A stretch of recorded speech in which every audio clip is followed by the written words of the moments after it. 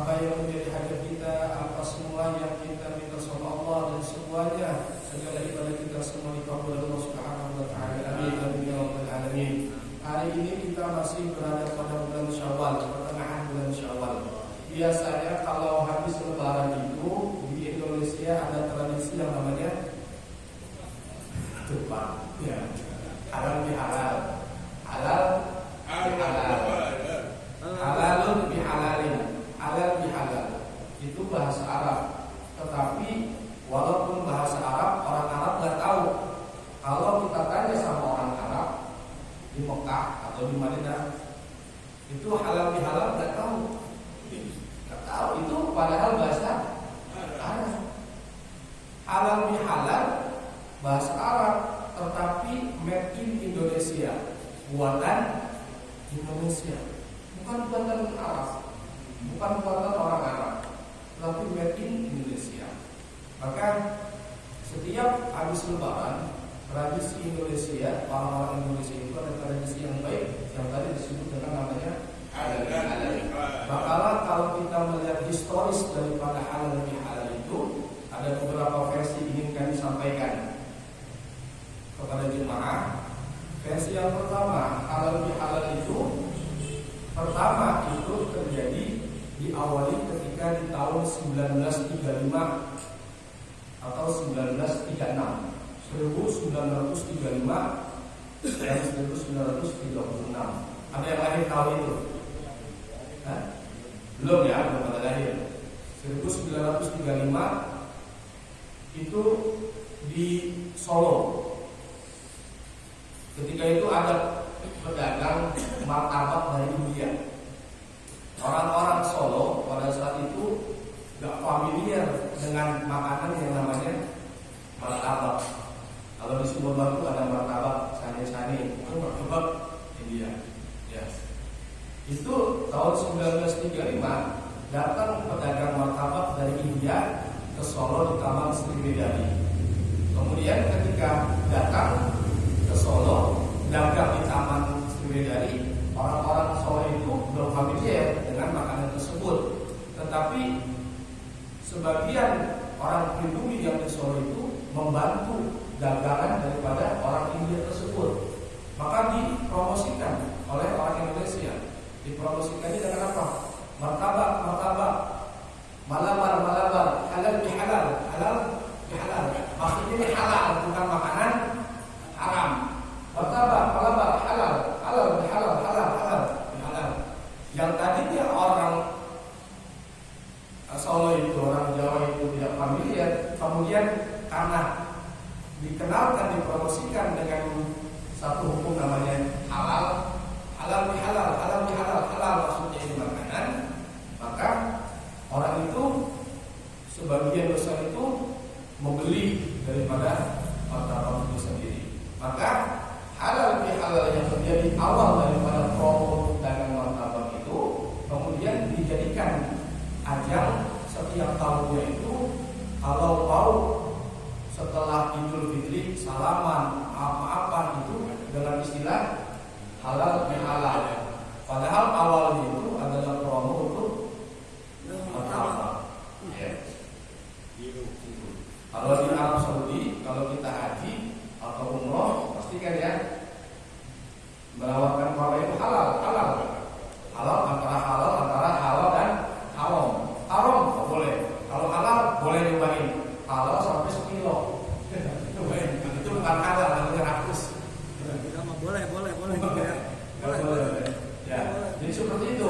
Jadi ternyata promo yang halal bihalal itu untuk promo martabak ternyata digunakan oleh selanjutnya oleh orang-orang pribumi, orang Solo itu untuk apa? Untuk dimanfaatkan setiap selesai Idul Fitri dengan ada untuk saling maaf. Itu versi yang pertama.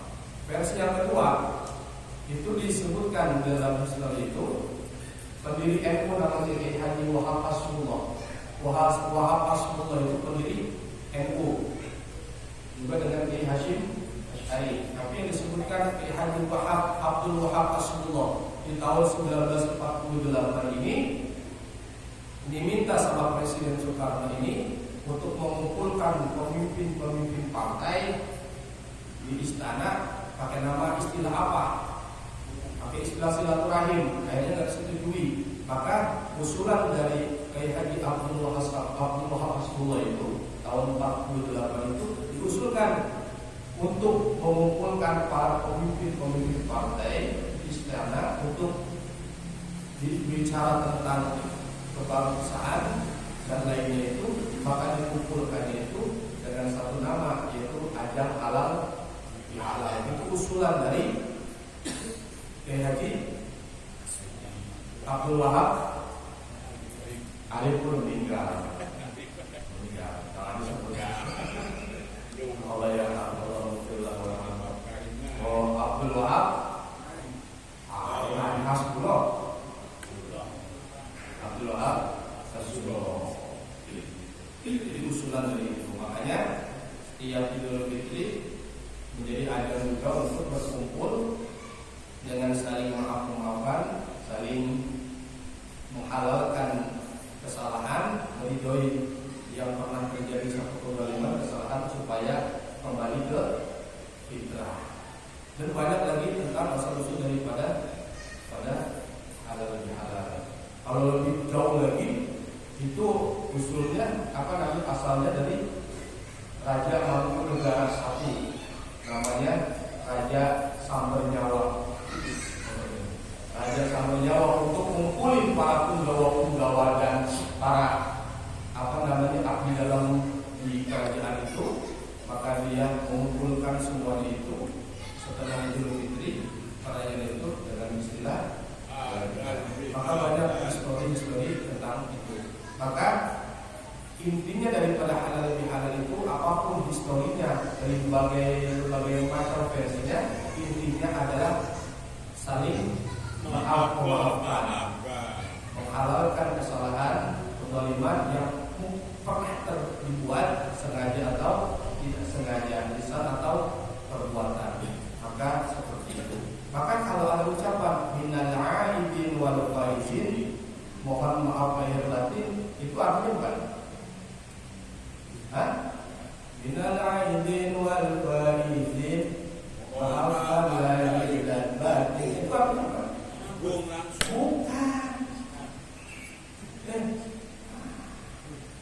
Minal aidin wal faizin itu artinya bukan mohon maaf lahir batin. Ya itu maksudnya. Bukan artinya, tapi tidak melanjutkan. Maaf lahir batin, kayak begitu. Tapi artinya bukan. Minal aidin wal faizin, itu artinya bukan mohon maaf lahir batin. Artinya bukan. Tapi kalau maknanya adalah menyambungkan untuk silaturahim, itu bebas. Mau mohon maaf lahir batin, mau maafkan kesalahan saya dan sebagainya, itu adalah pemaknaan. Tetapi arti daripada minal aidin wal faizin itu bukan mohon maaf. Artinya apa sih? Ya, saling memaafkan, menyambung kesurahan. Itu maknanya. Tahu serupa ini. Minal aidin wal faizin, minal aidin kembali kepada fit. Wal faizin, yaitu kemenangan, menjadi orang-orang yang menang, orang-orang yang sukses, orang-orang yang beruntung. Kenapa? Karena sebulan Puasa Ramadan kita sudah berpuasa. Kembali kepada ain, kembali kepada kesucian, kembali kepada kesucian fitrahnya manusia.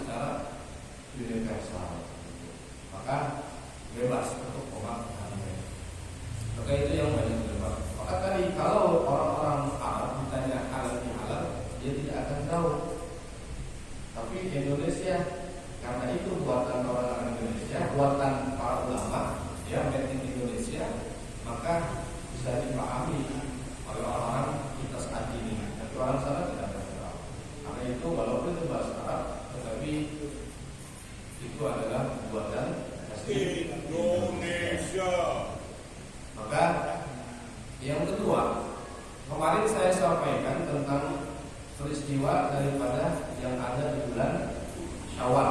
Ya, kemarin masih ingat pada Jumat saya sampaikan satu peristiwa yang mungkin kita tidak tahu atau tahu tentang peristiwa yang ada di dalam bulan Syawal. Apa itu? Kemarin. Ya. Satu peristiwa yang saya sampaikan kemarin di dalam bulan Syawal itu, yaitu menikah dilamarnya Aisyah oleh baginda Muhammad Shallallahu Alaihi Wasallam. Ya. Aisyah itu dilamar, dikawin di bulan Syawal. Maka kata Aisyah, wanita yang mana yang beruntung seperti aku yang dilamar oleh Nabi di bulan Syawal. Maka kalau kita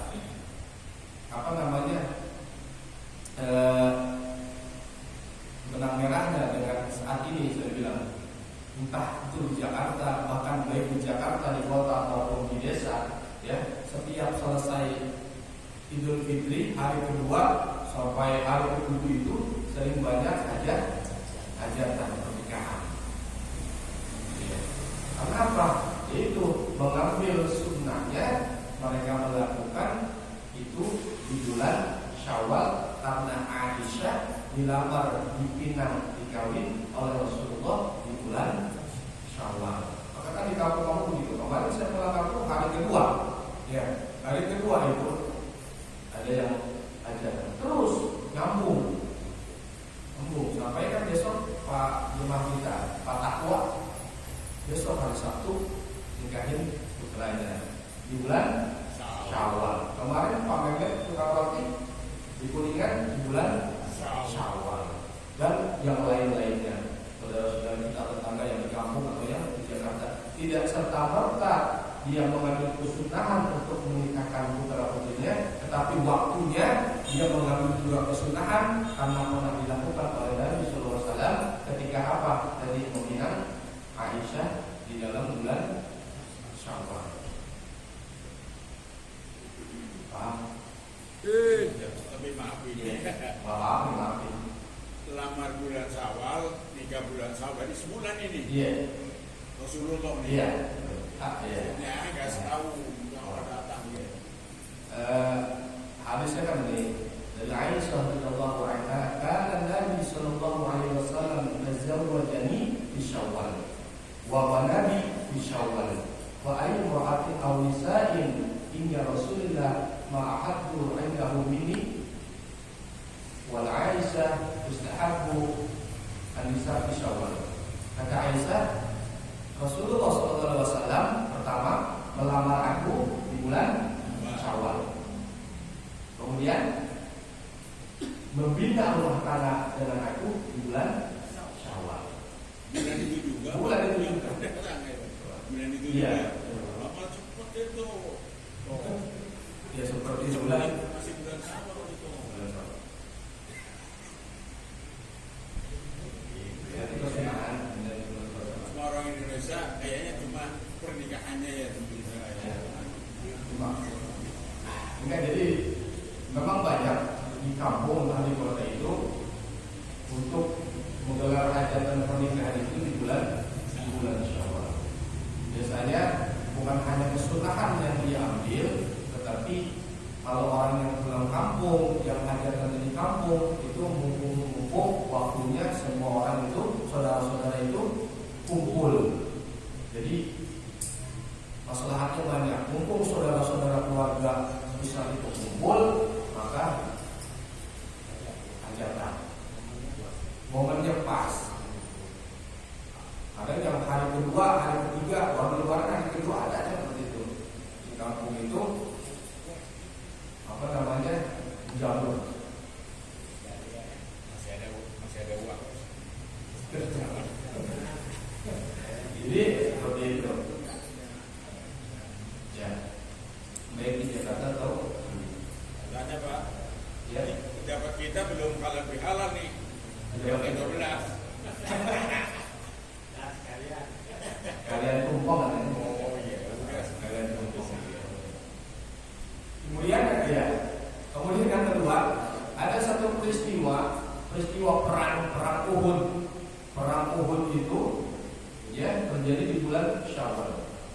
Jumlah kaum muslimin 700, jumlah kafir 3000.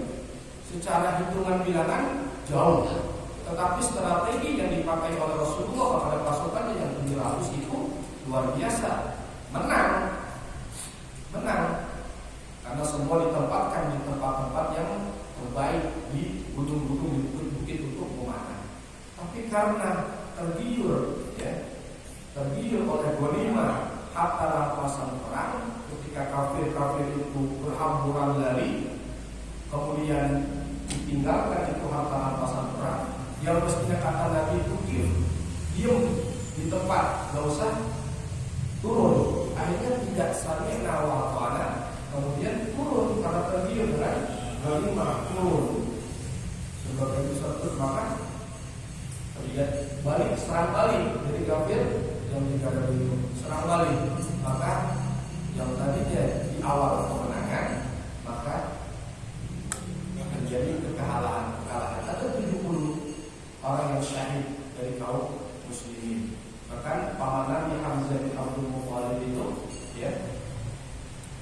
terbunuh mati syahid di perang Uhud itu. Yang bunuhnya itu Khalid bin Walid. Yang Khalid bin Walid itu belum masuk Islam. Bahkan Nabi terluka sampai menetes itu darahnya. Nabi itu tadah tetesan darahnya.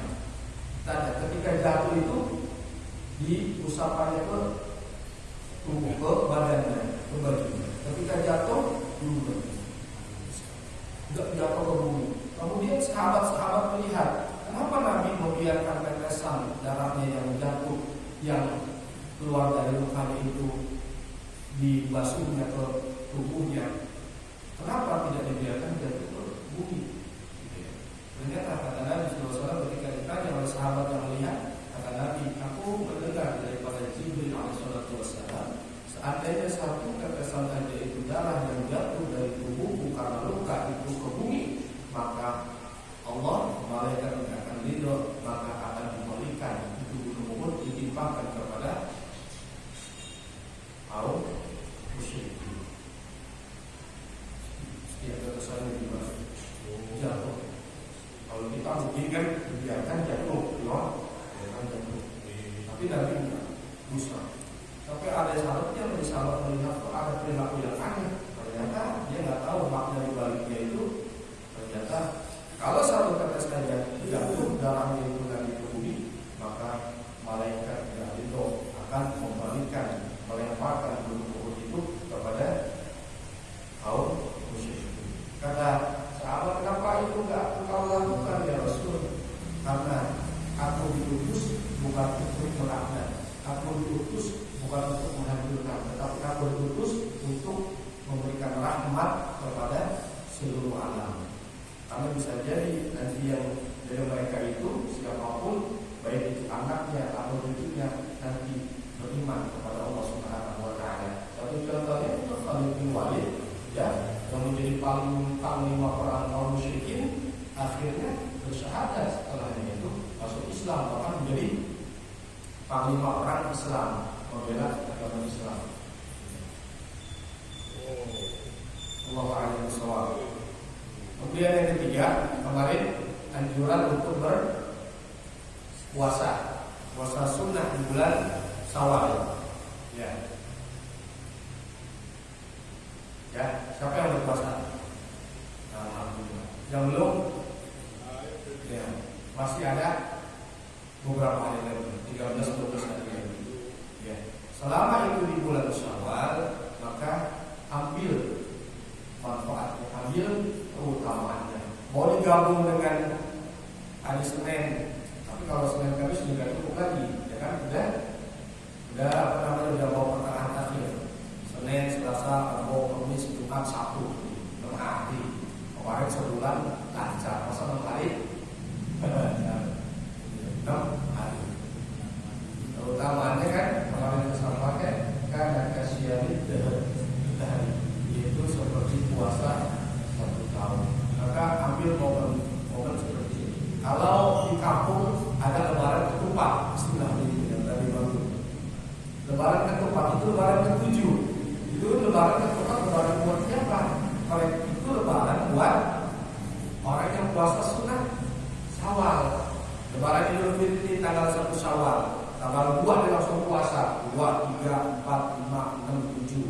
Tanggal 8 ini lebaran lagi, lebaran ketupat istilahnya. Itu untuk mereka yang puasa Syawal 6 hari dilangsungkan setelah tanggal 1 di tanggal 2, 3, 4, 5, 6, 7, tanggal 8 ya dia lebaran.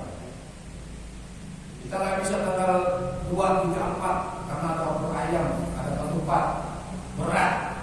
Karena puasa sendiri di rumah ada nastar, ada kacang, bertamu bawa pagi dikasih ketupat segala macam. Wah berat nih kalau puasa. Puasanya nanti tanggal 10 boleh. Selama itu di bulan Syawal maka kerjakan. Mau itu di awal, mau itu di pertengahan, mau itu di akhir. Selama di bulan Syawal silakan. Yang nggak boleh yang kagak puasa. Ya? Mei. Iya. Iya. Sekarang tanggal berapa? Bulan Mei ya? Ya, itu tanggal berapa? Kakak udah tanggal berapa? 16 kan ya? 16, 17 Syawal ya. Jadi beberapa hari. Ambil keutamaan. Dan kumpul-kumpul. Ya. Bawa yang so ada yang kayak tadi masih ada kan? Kacang masih ada. Oh masih sih. Ketupat habis. Kalau bihalan kopi baru sih bisa. Puasanya belum kok. Puasanya belum. Maka kalangan Islam ini yang lebaran ketupat itu untuk orang yang berpuasa sunnah Syawal, maka orang yang untuk lebaran ketupat ini nggak puasa makruh. Oh boleh itu makruh, maksudnya secara adab gitu ya, secara adab. Ini nggak puasa apa namanya Syawal hari. Jadi kalau lebaran ketupat itu makan ketupat. Ya. Itu adab aja, adab. Jadi jangan karena itu dikhususkan untuk orang yang itu di kampung itu, di kampung saya di keluarga itu hari ke-8 itu lebaran ketupat. Ya, giling ketupat, giling opor ayam dan segala macam itu untuknya. Karena kalau lebaran lagi ketupat boleh, nggak apa-apa selama di bulan Syawal. Nanti tinggal lanjutkan proposal ke PRT. Harus dihargai. Lagi ditunggu-tunggu.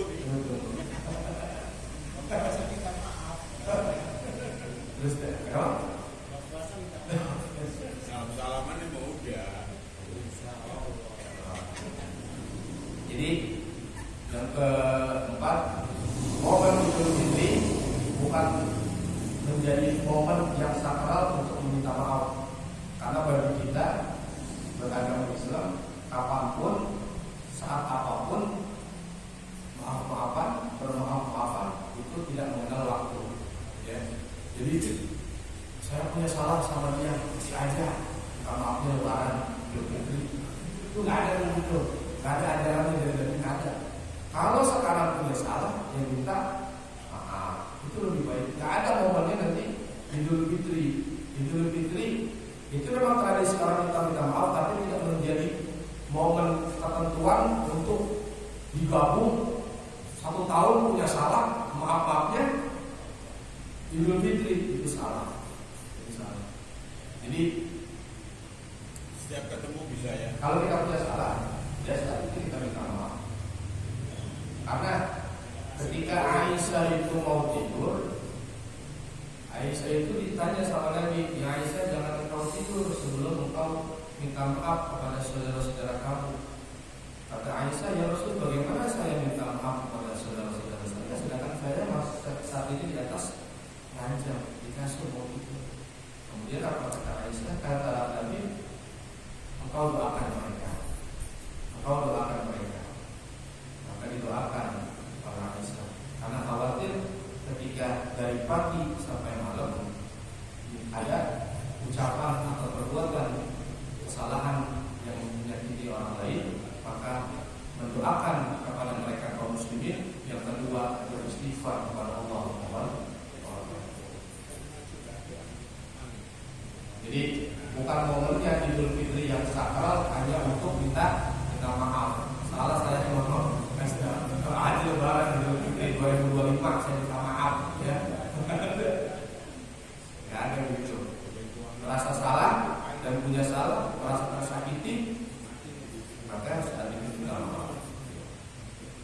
Dan ketika baru jabat tangan, maka kalau tumbuh dari hati ikhlas yang paling dalam, minta maaf dan memaafkan, maka gugur dosa-dosa itu sampai tangan itu terlepas.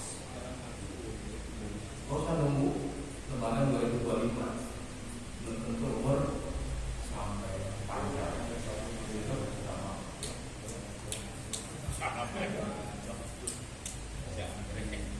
Jadi minta maaf ya. Untuk niatnya terus sholat sunnah, sholat sunnah, puasa sunnah Syawal. Niatnya gimana niatnya? Niat nawaitu shauma Syawal. Ya, saya niat puasa Syawal.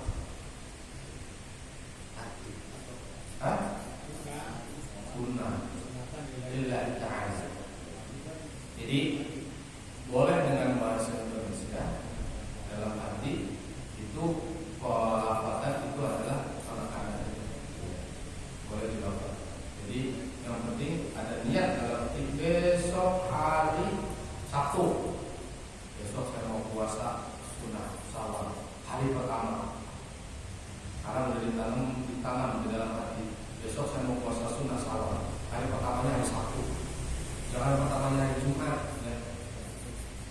Hari Jumat itu hari Aid, hari raya, jangan. Jadi pertamanya boleh hari Jumat, hari Sabtu, Minggu, Senin, Selasa. Dan orang yang berpuasa sunnah Syawal, dia di hari Senin, maka dapatnya keutamaannya dua. Dia mendapatkan keutamaan puasa sunnah bulan Syawal, kemudian dia mendapatkan kesunahan puasa Senin, sunnahnya Nabi Sallallahu Alaihi Wasallam. Senin, Kamis. Puasa sunnah lebih berat daripada puasa wajib. Kalau yang belum terbiasa, karena momennya Ramadan itu momen bersama, semuanya berpuasa. Bulannya juga bulan puasa. Satu hari dua hari puasa mungkin berat. Jadi hari per hari kesana biasa aja. Kadang-kadang nggak sahur biasa aja. Yang penting tidur dari pagi sampai asar ya. Ya. Itu namanya makhluk. Yang penting ya, gitu ya. Tetapi ketika masuk bulan Syawal ataupun puasa-puasa yang lainnya, yang sunnah itu mungkin akan terasa berat. Karena apa? Karena sendiri yang melaksanakannya. Mungkin di rumahnya sendiri. Ya. Rumah sendiri. Tapi kalau di rumahnya itu berjamaah, istrinya, orang tuanya atau anaknya ikut berpuasa, itu ringan. Karena ada temannya. Kalau kita ada kawan untuk berpuasa. Tapi kalau seorang ini kadang-kadang berat, istrinya nggak puasa, lagi nggak puasa, istri nggak ada makan. Wah, puasa gak? Apa kali ini? Kalau aja besok lagi Syawalnya udah habis, amsong deh. Ya, gitu. Tahun depan lagi, kalau sampai. Artinya ada beberapa hari lagi akhir bulan Syawal kita, ya kalau salah tanggal 17 ya, sekarang apa? 17 bulan Syawal kita ada beberapa hari lagi. Kalau 17 berarti 13 atau 12 hari lagi untuk berpuasa sunnah Syawal. Ambil keutamaan itu. Ya. Kalau puasa Daud itu ada kita mulainya dari puasa Daud. Kenapa? Dari bulan apa dari? Puasa Daud itu puasa Daud nggak ada keutamaan dari bulannya. Dimulai dari kapan aja? Dari kapan aja? Cuma selingnya kan, puasa Daud itu seling, ya kan? Dia sehari puasa sehari. Iya. Dia pendek. Nggak ada. Dari bulan apa? Nggak ada. Selama di luar hari-hari yang diharamkan, termasuk menjalani hari tasyrik, haji, bulan puasa, ya, 10 Dzulhijjah, 1 Syawal, 11, 12, 13 hari tasyrik. Di luar itu tidak ada ketentuan di bulannya. Di bulan Ramadan maka lepas itu kesunahan, masuk puasa wajib. Setelah puasa Ramadan masuk Syawal dilaksanain, yaitu misalnya tadi yang 6 hari di bulan Syawal ketemunya berbarengan dengan puasa Rasul, puasa sunnah Rasul, Senin Kamis ketemu dibarengi lagi misalnya dengan Daud sering itu, wah luar biasa, bukan biasa lagi ya. Karena puasa setelah Nabi yang bagus dalam puasa Daud, Senin Senin puasa. Allahu a'lam bishawab.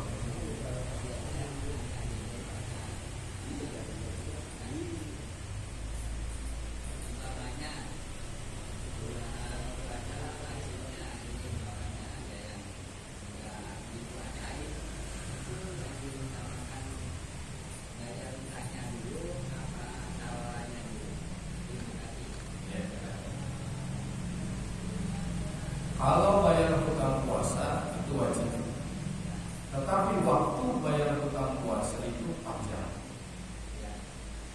Sedangkan kalau Syawal terbatas di bulan Syawal. Ada orang yang memang dalam suatu keterangan itu menggabungkan dia bayar puasa dengan puasa Syawal dengan puasa sunnah Nabi hari Senin. Saya lihat 3 ya Allah, puasa bayar hutang, puasa Syawal, puasa sunnah Nabi. Oh, itu sah-sah aja boleh. Bayar hutang nggak mau. Ya boleh. Karena mereka berawan nih ya. Berawan. Iya. Itulah umat Nabi itu hebatnya gitu. Banyak permintaan, banyak diskonnya lagi. Ya, gitu. Jadi lebih utama mana?